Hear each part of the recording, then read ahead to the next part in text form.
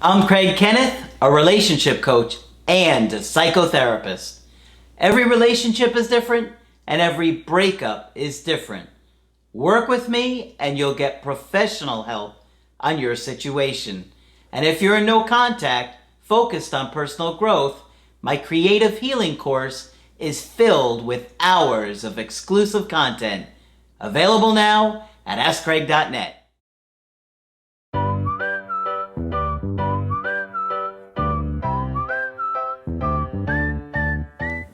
Hi there, I'm Coach Craig Kenneth. I'm Coach Margaret. Today we're going to be talking about parents and children. Well, parents and children actually have a huge place in our romantic relationships. Right. Because our parents are really our blueprint of this world and how we form our relationships. And ultimately, many of you want to be a parent one day if you're not already. And getting parenting right is not easy. It takes a lot of work and a lot of energy and a lot of effort. Absolutely. And so we're going to talk about this today because if you can heal your relationship with your parents and your children, it's going to improve kind of your self-esteem and your ability to connect with the other people in your life. Yes, with your romantic partners and your children. Yeah. Okay, so this is kind of a 3-generation model to think about things. Okay? And now the person who wrote this article is going to talk a little bit in this next section about the kinds of things she does in therapy with parents and children. Okay. Okay? So what do you got for us, Margaret? Okay. What she says is, as a psychologist, part of my work is to look for these clues. Mm-hmm. Clues meaning what people are all about. From the first session, I lean into my patient's story, listening for hints that bring their attachment style to light. Mm-hmm. Okay? Patients with an anxious attachment style can describe their mothers as worrywarts, and they often grew up in families where they tended to their mom's emotions. And we do hear that frequently. What was growing up like for you? My mom was very anxious and I took care of her a lot. She leaned on me a lot. Mm-hmm. Okay? Ask me how I know. Yes, I know how you know, Greg. Those with an avoidant attachment style might describe parents who push them to become independent. Guided by mistaken beliefs that ignoring distress makes it go away, their parents often told them to get over it whenever they felt afraid, sad, angry, or disappointed. Yeah. Okay? Each mother's experience varies, but a thread of similarities in these dependency conflicts stands out. Without a consistent caregiver, these women often form misguided notions about what it means to rely on others. For many, it might feel dangerous, shameful, or completely off limits. Okay? So if you were not allowed to be the normal dependent child you would normally be, it can do a really bad job on you. Okay? Children need to be dependent. We come into the world dependent. And parents who are uncomfortable with that can give us really mixed messages about being close to other people. Mm-hmm. Okay? Yeah. As a result, the patient develops a false narrative that having needs makes one weak, burdensome, or incompetent. Oh, God, you hear it all the time. Don't you? Yeah. All right. Healing attachment wounds starts by creating a coherent narrative. And I know we're saying this frequently, but we can't say it frequently enough, which means linking the past with the present. You have to look at your own growing up and process it and make a story out of it so you can tell it as a story, okay? Which means linking the past with the present. As a psychodynamic psychotherapist, I do this by offering an interpretation. For instance, with a mother who's feeling guilty about asking for help, I might say to her, I wonder if you feel stuck because as a child, you weren't allowed to depend on anyone. What a brilliant sentence in my estimation. Mm-hmm. Okay, the therapist is going to say to you, wow, maybe nobody let you be dependent as a child, so of course it's hard for you to look for help. All right.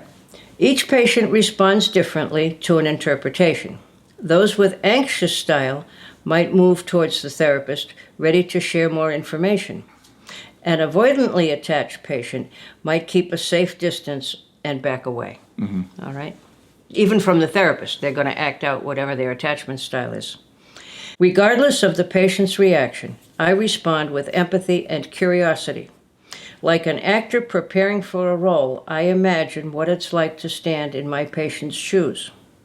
Stepping inside their experience can make the unreachable more accessible. Over time, the therapeutic relationship becomes a secure base that the patient trusts, which can help them sort through childhood trauma and disrupted attachment in a safe and supportive way. One of the things I learned doing my initial work as a protective investigator was that the minute you started to take care of the parent, no matter how little you did, it had an instant effect on how they treated their children. Okay? The pain of the past never fully dissipates.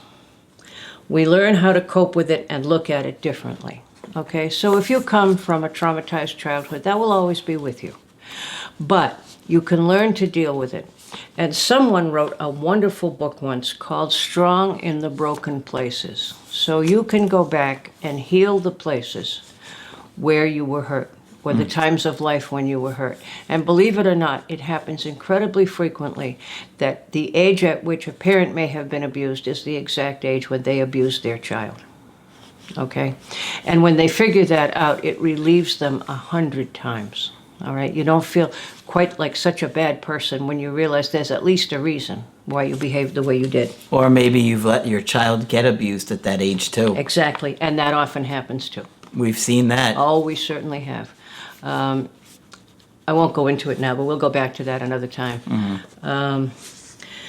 Currently, and certainly, psychotherapy can mend attachment wounds. Attachment-oriented psychotherapists help clients use the body to help heal the mind, teaching them how to read physiological cues for signs of distress, and providing an empathic response to any emotions and memories that arise. But regardless of the type of therapy one receives, studies show that it is the relationship between the therapist and the client that matters the most. Yep. That's absolutely true, and it's been well known for a long time. So you could have two therapists coming from totally different theoretical perspectives, and if they're good therapists, the patient's going to get better. All right? I think some therapies make it easier than others, but overall, it's the relationship that makes the difference. And that heals attachment wounds. That's the real point of this whole thing. Of course, parents-to-be can reflect on their own upbringing, even if they don't speak to a therapist behind closed doors. In the book Parenting from the Inside Out, Siegel and Hartzell share questions for self-reflection, such as, do you recall your earliest separations from your parents? What was it like? And how did your parents discipline you as a child? What impact did it have on your childhood?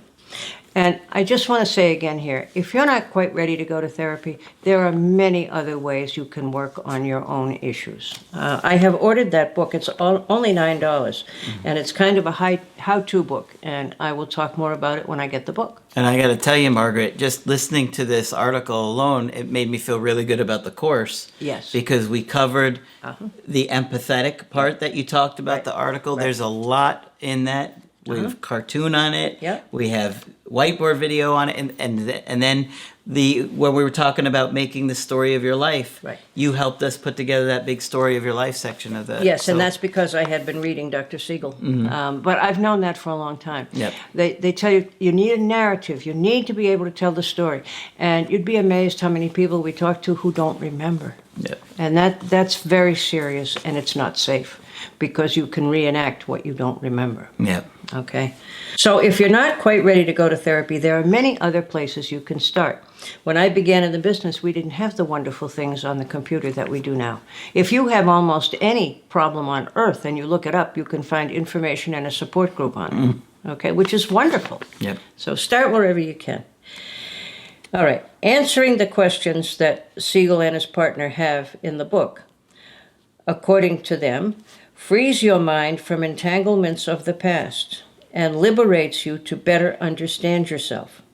Noticing what emotions arise can be clues as to whether additional guidance, such as therapy, might be useful. Mm-hmm.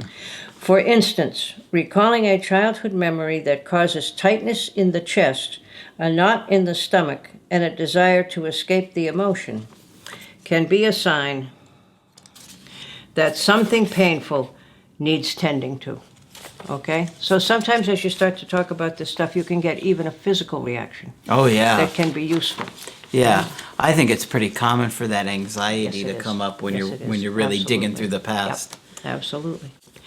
And, whatever those painful needs are, we will try to tend to them, first by acknowledging them, saying them out loud, and then working on them. On the other hand, not being able to recall much of one's childhood might also be noteworthy. Mm-hmm. Those with an avoidant attachment style don't often remember much of their childhood experiences, often because they were left alone without much engagement, care, or conversation from their caregivers. Mm-hmm. And I had not thought of that. There are many people who don't remember much about their childhood.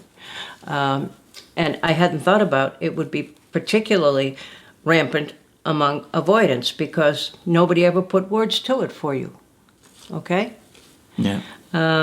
Sometimes the family album can help in that case a lot. At least there are pictures. Yep. Okay? Healing trauma requires a witness. And shifting one's attachment style from anxious, avoidant, or disorganized to secure is a healing process, not an immediate outcome. So if you go to therapy, it's not going to fix it quickly. It's a long-going business. If you're healing trauma, it requires a witness. What that means is there are many, many people with trauma histories who tried to tell and weren't believed. Okay? So what they need is someone who says to them, I believe every word of your story. It sounds terrible to me. All that kind of thing. Okay? If people keep it inside forever, it will do them damage. So they really do need a witness to say, I hear you, I believe you. All right?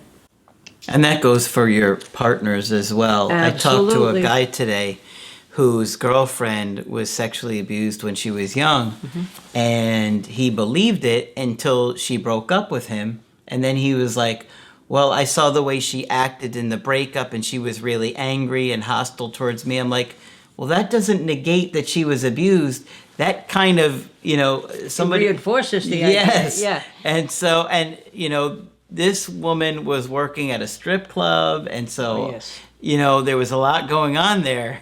And then suddenly when he's angry at her, he says, well, I don't believe her anymore. She was just telling me that to get my sympathy. Yeah, I think so. Those are the famous lines. They said it to get attention.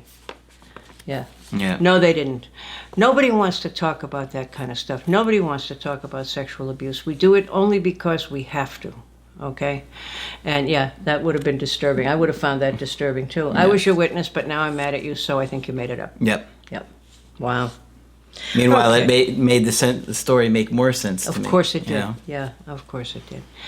So the message here is that there is help, and it will help, and you start wherever you can.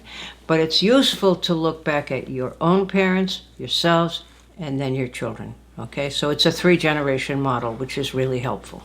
Absolutely. Okay. Some really deep stuff in there. Yeah. And, you could always look at the course. There's a lot of this stuff is covered in it. Right.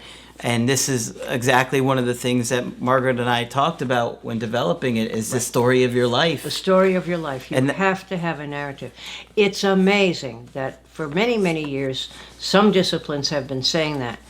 Dr. Siegel is a neurobiologist, and to have him saying it, that the famous old practice works neurologically, is very exciting. Yeah, and it makes me feel good about what we did. Absolutely. Yeah. Because it shows we've been on the right path. Absolutely. Yeah. So hopefully you found this one helpful. This took a lot of research for Margaret, right? This article was wonderful, but it was like 20 pages long and all over the place. And, I tried to make it not quite so all over the place. But if you felt it was, I understand. So give Margaret a thumbs up for this one. Of course, if you want to get our help personally, just go to my website, askcraig.net. sign up for the coaching option that works best for you. I do email coaching and I do Skype. And of course, Margaret is available for Skype coaching. If you feel that I can be helpful to you, please contact me. Just click on Margaret on the top of the website to do that. That's it for this video. I'm Coach Craig Kenneth. I'm Coach Margaret. And we will talk with you soon.